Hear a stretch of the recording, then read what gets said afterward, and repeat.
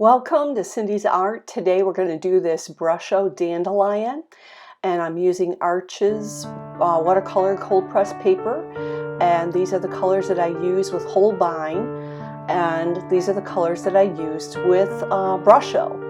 I use this drawing gum or masking fluid in the beginning of the video, and you can just see that I'm using a paintbrush which actually has soap on it. I let that soapy coating dry, and then I can dip it in my masking fluid, the blue jar that you saw, and I'm just sketching out roughly a dandelion just to get some shape and form to it.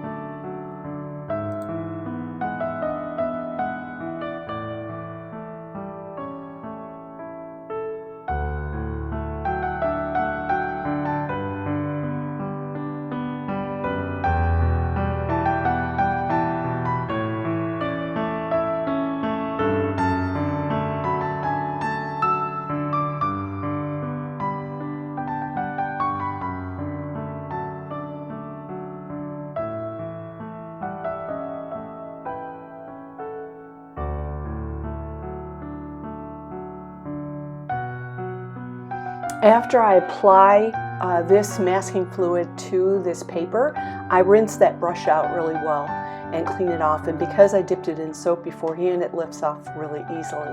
So I'm liking the way that this dandelion is turning out, and I'm using my Brusho colors, and I'm just going to tap these onto the paper. And my Brusho containers, I put a thumbtack on the top of the lid, and that keeps it sealed, but it also gives me this cute little hole that I can tap the Brusho powder out of. So this is abstract. I don't need it to be perfect, and I'm just going to lay it out here, and then I'm going to squirt it down like this, and I'm going to let the water run. One of the ways that I help it run is for me to just lift up my paper, turn it, and just play with it until I like what I see.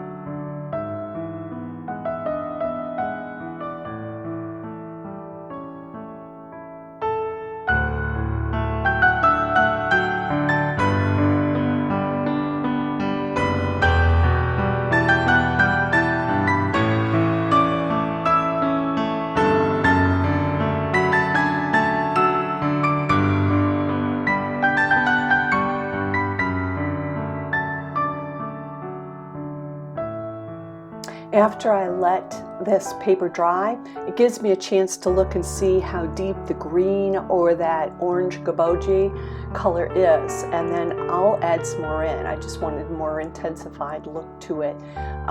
Brusho's a lot of fun to play with, so this is another technique of where you can use the Brusho where my paper is wet, and then I'm putting it on there, and it's going to spread all by itself. It really is beautiful. It's a great way to get some abstract, loose look and texture to your paper. So, and then sometimes I'll take a little bit of the paper towel like I did there, and I'm dabbing it up a little bit, so just so I can create more texture in the picture.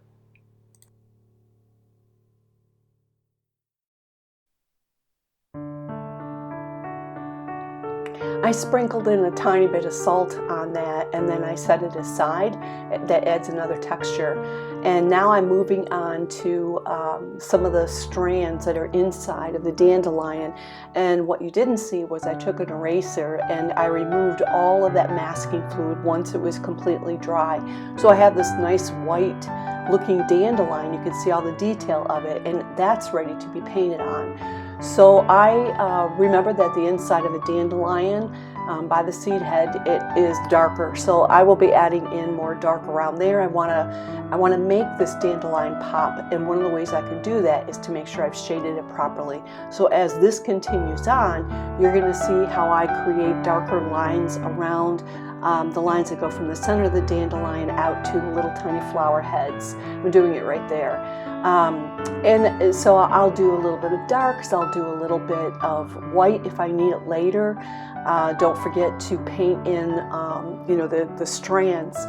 of or the stems of the dandelions, and I'm using the two colors that I showed you at the beginning of the video.